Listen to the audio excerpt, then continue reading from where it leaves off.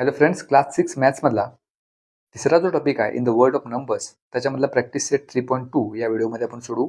त्यातला हा पहिला प्रश्न, write the correct symbol greater than or less than in the boxes below.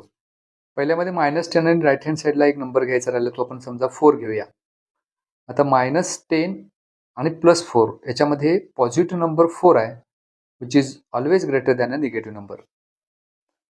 म्हणजे इथं जर एक नंबर लाईन आपण काढली तर त्या नंबर लाईनच्या बरोबर सेंटरला ओरिजिन जो 0 हा नंबर दाखवतो, त्याच्या उजव्या बाजूला सगळे positive numbers 1, 2, 3 and so on, आणि डाव्या बाजूला सर्व निगेटिव्ह नंबर्स दाखवतात. आता इथं नंबर लाईनवर एक नंबर लाईनची प्रॉपर्टी लक्षात ठेवायची. या ओरिजिनपासून म्हणजे सेंटरपासून जसं आपण उजवीकडे जाऊ तशा संख्या मोठ्या होत जातात आणि डावीकडे जाऊ तशा संख्या लहान होत जातात. म्हणजे -2 ही संख्या -1 पेक्षा सुद्धा लहान असेल आणि 2 संख्या मात्र 1 पेक्षा मोठी असेल. आणि जो पॉझिटिव्ह नंबर असतो तो निगेटिव्ह नंबरपेक्षा नेहमीच मोठा असतो आणि निगेटिव्ह नंबर कुठल्याही पॉझिटिव्ह नंबरपेक्षा लहान असणार आहे. तर दुसरा प्रश्न ज्याच्यामध्ये दोन्ही निगेटिव्ह नंबर्स दिलेत, -19 -5. जर नंबर लाईनचा विचार केला आणि या 0 पासून आपण जर डावीकडे चाललो तर सर्वात पहिल्यांदा -5 लागेल आणि नंतर -19 लागेल. मग जो नंबर सर्वात पहिल्यांदा लागतो तो नंबर मोठा असणार आहे, कारण त्याच्या पुढे जसं आपण डावीकडे जाऊ तशा संख्या लहान होत जातात. म्हणजे -19 ही संख्या -5 पेक्षा लहान असणार आहे, त्यामुळे इथं हे सिम्बॉल येईल. तिसरा नंबर -30. कोणताही निगेटिव्ह नंबर हा 0 पेक्षा लहानच असणार आहे, त्यामुळे इथं सुद्धा याच पद्धतीचं सिम्बॉल येईल. चौथी पेअर आहे 8 आणि 12. इथं दोन्ही पॉझिटिव्ह नंबर्स आहेत. 12 ही संख्या 8 पेक्षा मोठी असते, त्यामुळे या पद्धतीचं सिम्बॉल इथं येईल.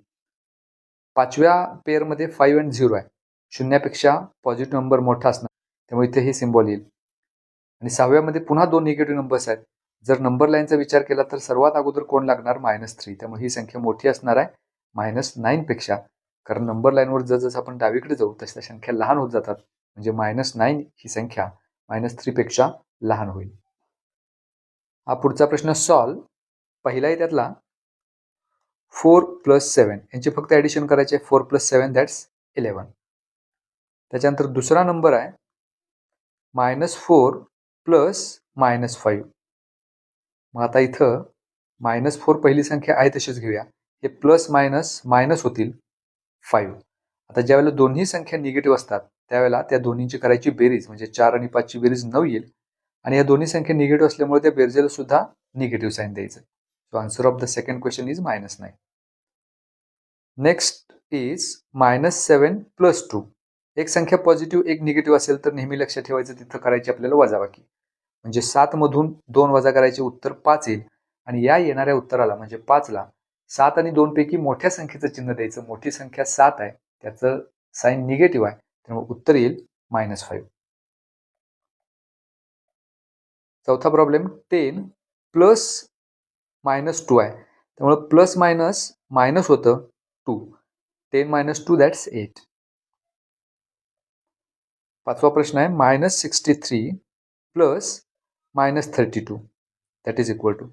-63 आहे तसंच घेऊया. हे प्लस मायनसचे मायनस होतील 32.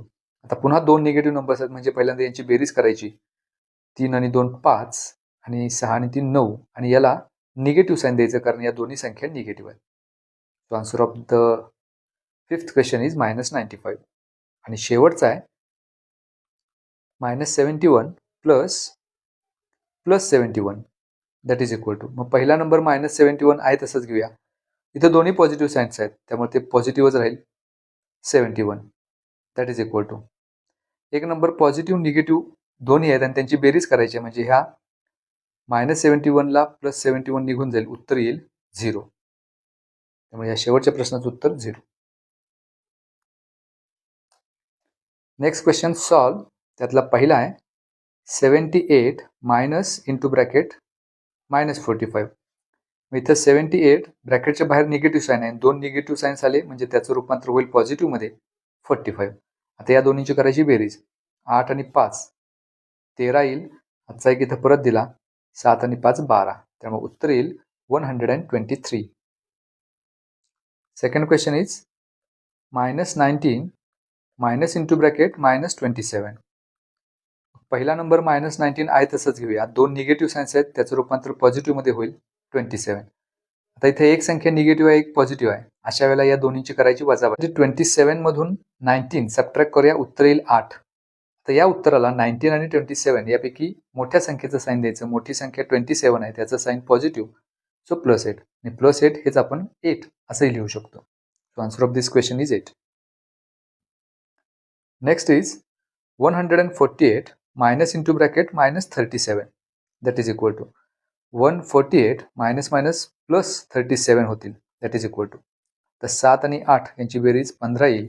आता इथं परत दिला 4 आणि 4 8 आणि 1, उत्तर येईल 185. चौथा आहे -57 मायनस इंटू ब्रॅकेट -48. सो -57 आहे तसंच ठेवू. 2 निगेटिव्ह सायन्स आहेत, त्याचं होईल पॉझिटिव्ह +48 इज इक्वल टू. एक संख्या निगेटिव्ह आहे, एक पॉझिटिव्ह आहे, त्यामुळे या दोन्हीची वजाबाकी करायची. म्हणजे 57 मधून 48 वजा करायचं, उत्तर 9 येईल.